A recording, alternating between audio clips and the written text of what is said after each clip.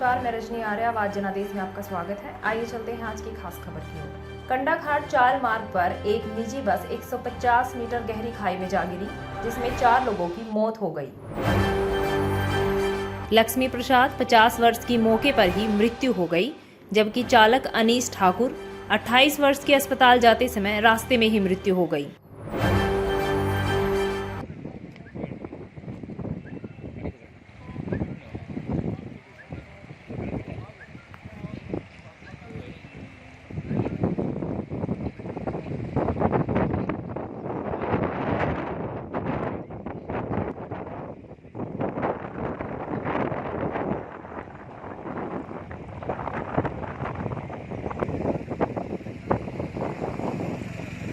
सूचना मिलते ही प्रशासन, पुलिस, अग्निशमन विभाग के कर्मचारी मौके पर पहुंचे। एसडीएम डॉक्टर विकास सूद सहित तहसीलदार मौके पर पहुंचे। प्रशासन की ओर से 35,000 रुपए की फौरी राहत दी गई, जिसमें मृत परिवार 10-10 हजार रुपए, वहीं घायलों को 5-5 हजार दिए गए। घायलों में रामाशंकर, कुणाल शर्मा, संदीप शामिल हैं, जबकि रीना बस से सड़क में ही गिर गई, जो कि सुरक्षित है। एसडीएम डॉक्टर विकास सूद ने बताया कि मृतक परिवारों को 10-10 हजार रुपए, वहीं घायलों को 5-5 हजार रुपए दिए गए। लक्ष्मी प्रसाद 50 वर्ष की मौके पर ही मृत्यु हो गई, जबकि चालक अनीस ठाकुर 28 वर्ष के अस्पताल जाते समय रास्ते में ही मृत्यु हो गई।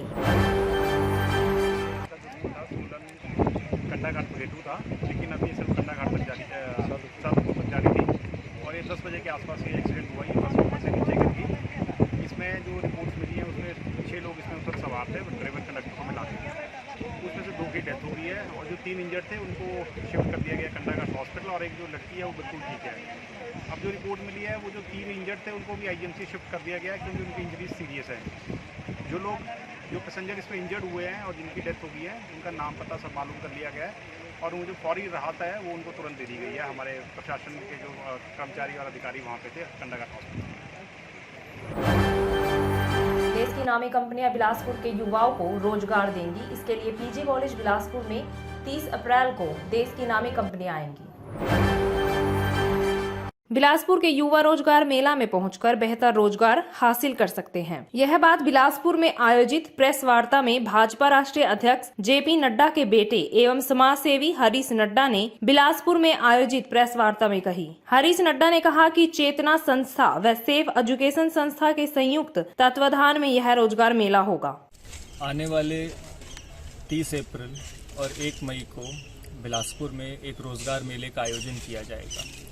ये एक इनिशिएटिव है चेतना संस्था और safe educate learning private limited, एक दिल्ली की संस्था, इन दोनों का मिलकर। हमारी ये आशा है और हमारी ये उम्मीद है कि बिलासपुर के युवाओं को हम एक ऐसा प्लेटफॉर्म दे सकें ताकि वो कंपनी से डायरेक्ट कांटेक्ट में आके एक रोज़गार का उनको अवसर मिल सके। दिल्ली से लगभग 50 या 50 से अधिक कंपनियाँ 30 तारीख को उनके एचआर बिलासपुर आएंगे और कॉलेज ग्राउंड में और बिलासपुर कॉलेज में इसका आयोजन किया जाएगा।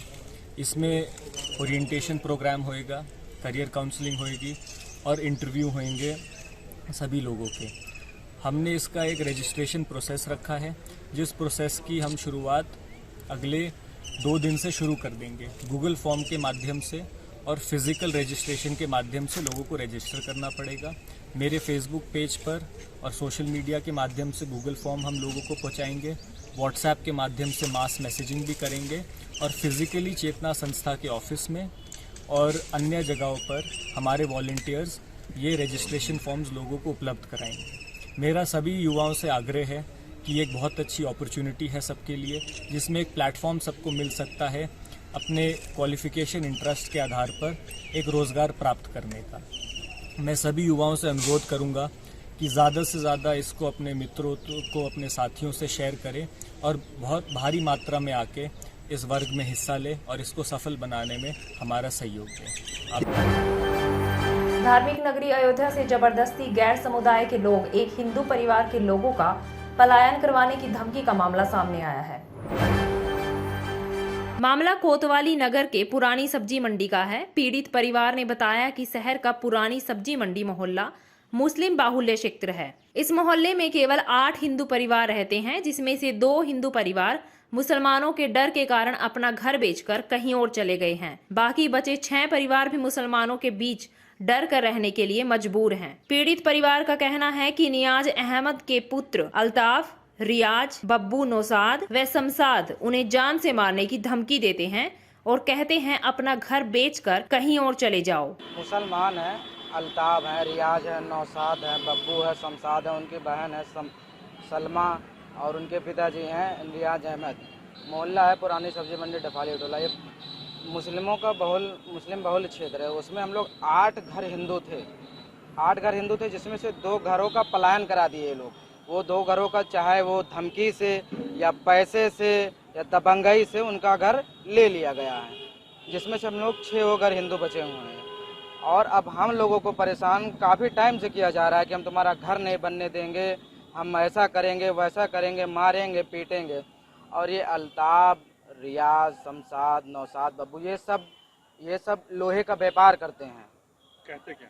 कहते ये हैं कि हम तुम्हारा रोड पे रास्ता नहीं खोलने देंगे, तुम नाले की तरफ निकलोगे और अगर तुम लोग यहाँ रहोगे तो सबकी हत्या करवाएंगे। हम 3 भाई हैं, वो बोल रहे हैं कि हम तुम लोगों की हत्या करवा देंगे। हमारे साथ होता है साहब, बच्चों को धमकी देते हैं, मारते हैं। हाँ, कहते हैं कि यही 2 घर 3 घर हिंदू हैं, हिंदू नाम का नाम खत्म कर देंगे, रहने नहीं देंगे।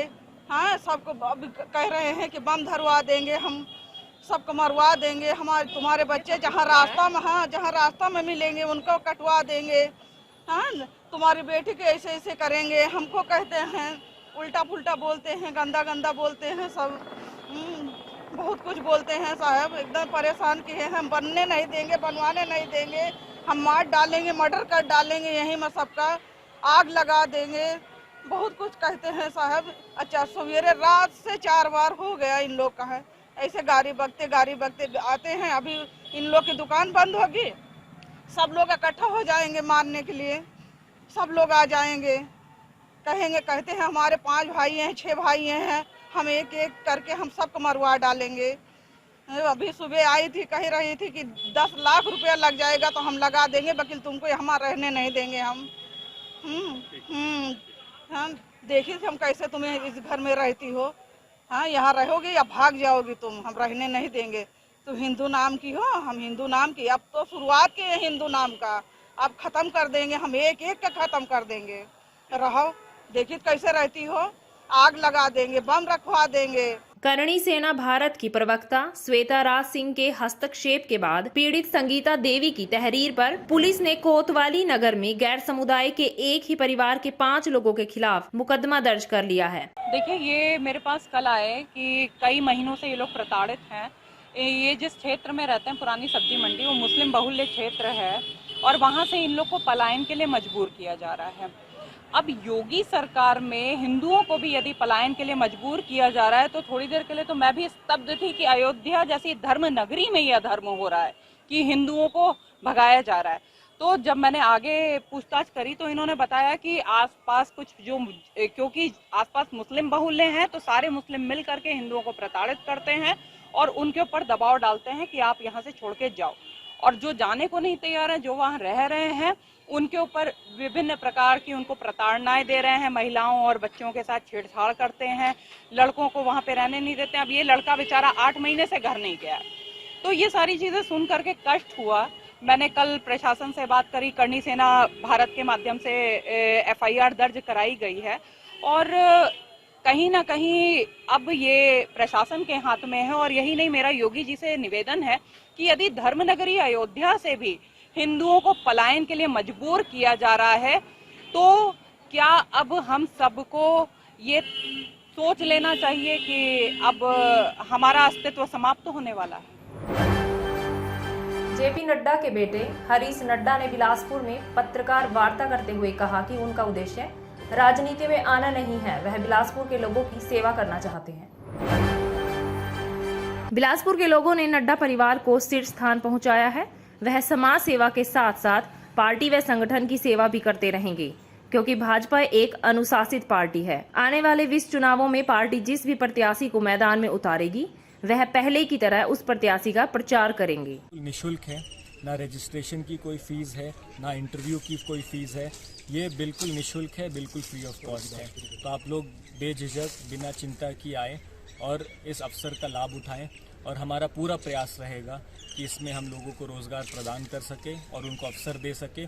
और साथ ही में हम फ्री स्कॉलरशिप कुछ टेक्निकल कोर्सेज की भी लोगों को देंगे।